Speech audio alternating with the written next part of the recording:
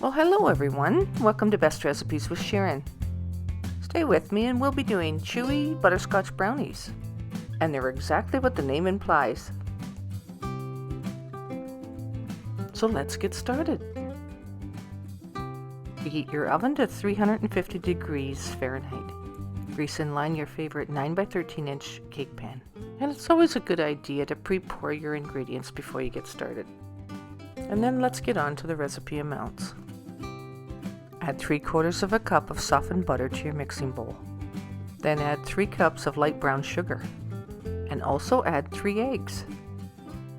I use the paddle attachment on my mixer and mix that in just until it's lightly combined. Then add 1½ cups of all-purpose flour and 1½ teaspoons of baking powder, 1 teaspoon of salt, and about 1½ teaspoons of vanilla. And this batter will be quite thick, but that's exactly how you want it to be. You can see the consistency here.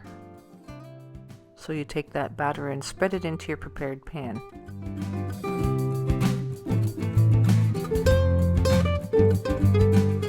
Once your batter's nice and even, take it and place it in a 350-degree oven on the middle rack and time it for about 30 minutes. Be careful not to overbake these, then let it cool completely. Then I take some milk chocolate chips and I melt them in the microwave for 20 seconds at a time.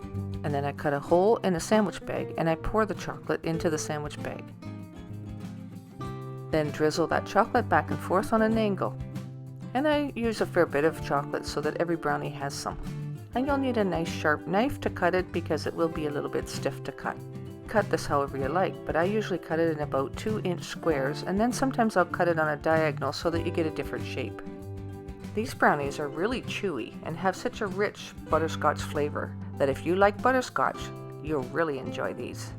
And not only that, they don't take very long to make. So go make some. And if you enjoyed this video, don't forget to like and subscribe. And until next time, happy eating.